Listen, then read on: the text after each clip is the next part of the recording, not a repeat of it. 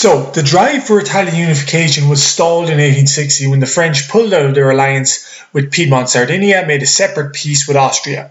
But there were some Italians who'd been very much encouraged by this expanse of Piedmont Sardinia, this kind of stalled drive towards Italian unification, and one of them decided to take matters into his own hands and to try and finish the project that the French had helped, try and finish the project that Piedmont had begun with French help. And his name was Giuseppe Garibaldi, pictured here. Garibaldi had been an Italian Republican. Like Cavour, actually, he was born in Nice, and so interestingly, by being born in Nice, he was a French speaker. French was his native language, as it was for Cavour. They were not native Italian speakers, but both were committed to Italian unification. Garibaldi had been a member of Mazzini's Young Italy Society, had been involved in various actual military campaigns all around the world, had also fought for the Roman Republic against the French in 1849. And in the wake of the end of the war between Piedmont, Sardinia and Austria, a rebellion broke out in the Kingdom of Two Sicilies, or the Kingdom of Two Naples. What had kickstarted the war, or what had kickstarted the rebellion, was the high price of bread. So food shortages, high price of bread. People felt that the tax on bread or the tax on milling was too high, and they rebelled against the King of Naples, who was a guy called Francis II.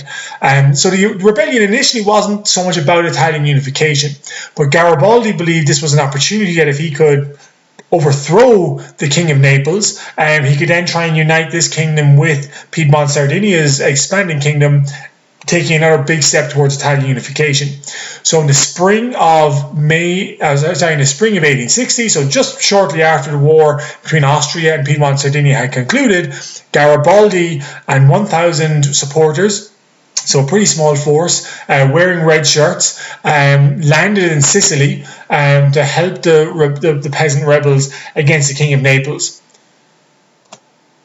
And even though they were badly outnumbered, Garibaldi was a very competent military leader.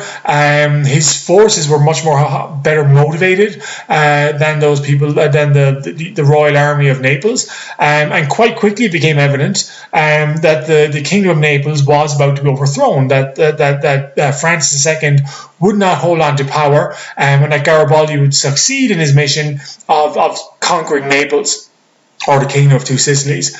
And this provoked a recalculation on the part of the Piedmontese about what exactly they should do. We mentioned earlier on that Cavour's idea of what an Italian united Italy should look like should be that it would be a united constitutional monarchy. He became somewhat concerned that Garibaldi might lead a republican unification effort that could lead to the overthrow of Victor Emmanuel. So he rushed. That is, Cavour rushed the army of Piedmont Sardinia south. It actually occupied the Papal States at the same time and joined up with Garibaldi. In theory, Cavour was coming to help Garibaldi. In reality, he was coming to make sure that Garibaldi didn't try and create a unified Italy based on Republican principles as opposed to liberal monarchical principles.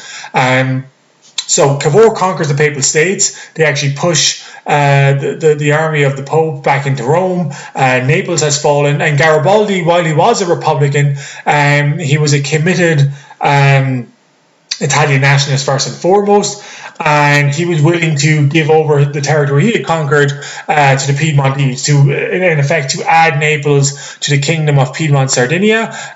This, in addition to the papal territories that Cavour had actually conquered in rushing south to join Garibaldi. And so the situation was, by 1861, all of Italy, with the exception of Rome, because the French soldiers continued to defend the city of Rome itself from Italian forces, and with the exception of Venetia in the northeast of Italy, which was controlled by Austria, almost all of Italy was united into one single kingdom.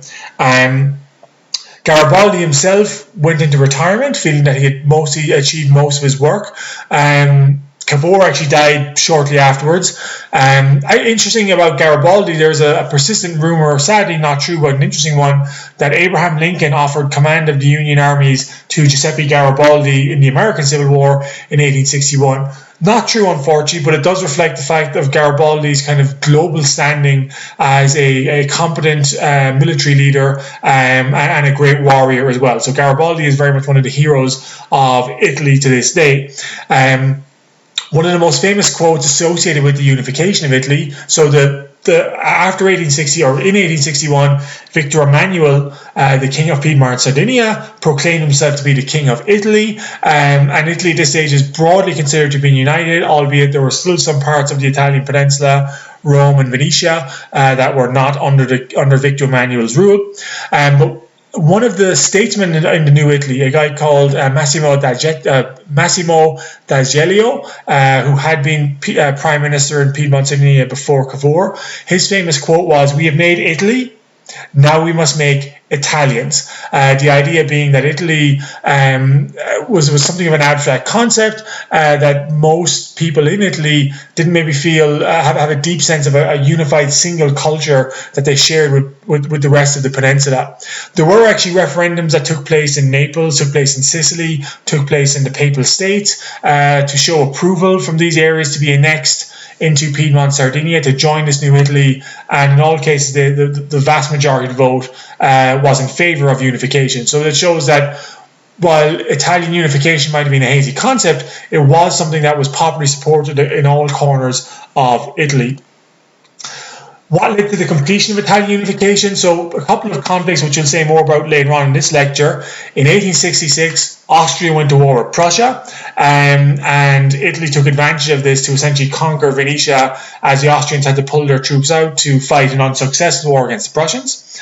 And the Prussians again kind of came to the help of the Italians in 1870, when France went to war with Prussia, and the French soldiers had to be withdrawn from Rome in order to help the French, again in a losing cause against the Prussians. And with the papal city, or with Rome undefended by French soldiers, the Italian army essentially marched in, took control, and confined the Pope, who up until 1861 had controlled a moderately sized territory in the centre of Italy, confined him to what is today the Vatican City, basically St. Peter's Basilica and a few administrative buildings in its area. It's worth bearing in mind that the Pope actually had a very hostile, so the Pope in 1870 was still Pius IX.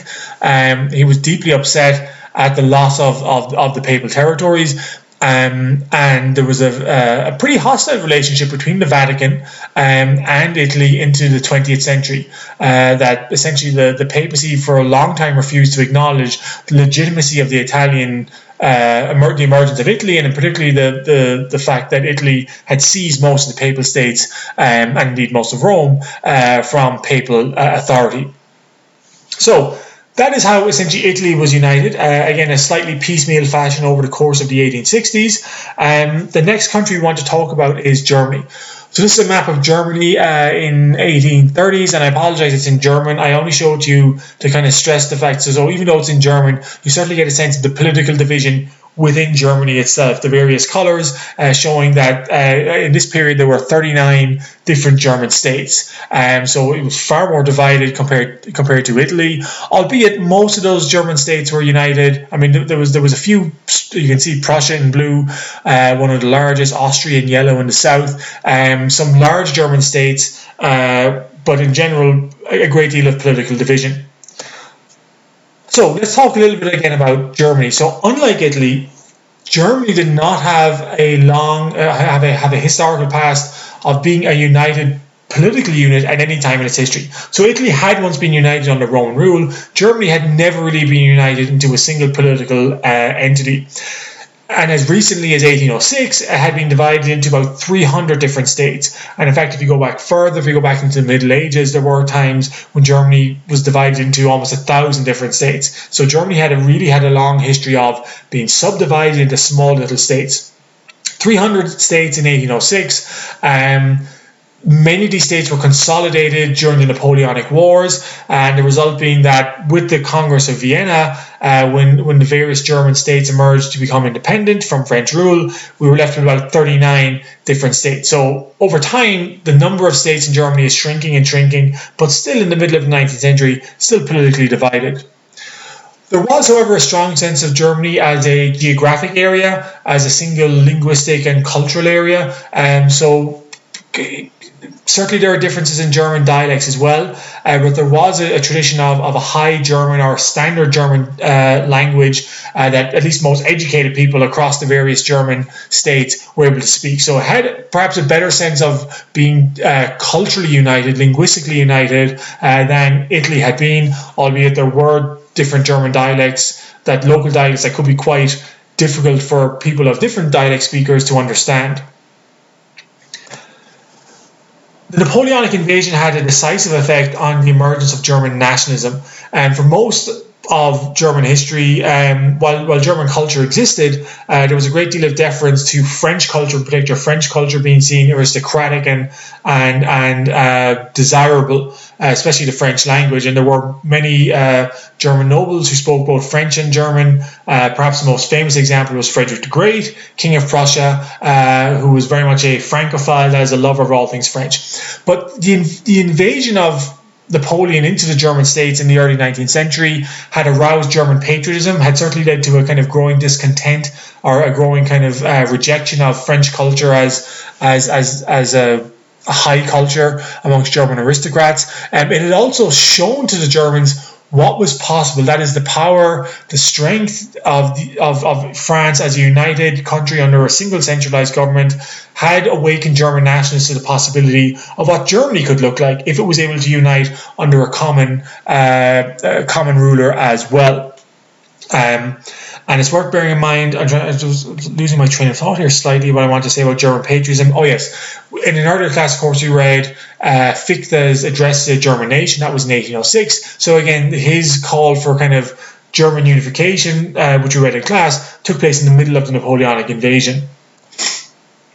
In 1848, for most of the 19th century, the first half of the 19th century, the politics of German unification were centered around liberal politics. So liberals and nationalists went hand in hand. The effort to unify Germany in 1848 had largely been undertaken by liberals, but their campaign was defeated.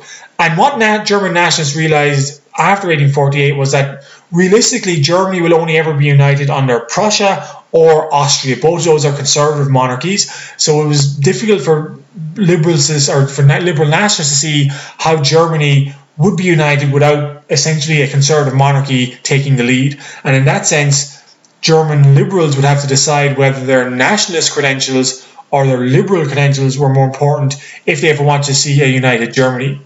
There were some institutions that created some kind of links between the German kingdoms. The German Confederation, which we mentioned in the earlier class, had existed since 1815, a kind of revamp of the old Holy Roman Empire. Essentially, it was kind of a loose political alliance, didn't really offer much prospect of unity. Then there was something formed in 1834 called the Zollverein, which was a customs union amongst the German states, again, so bringing about a measure of economic unity, but for the most part, the various German kingdoms were still divided. So Germany into the 1860s is still divided into 39 states, albeit with some minor political and economic ties between them.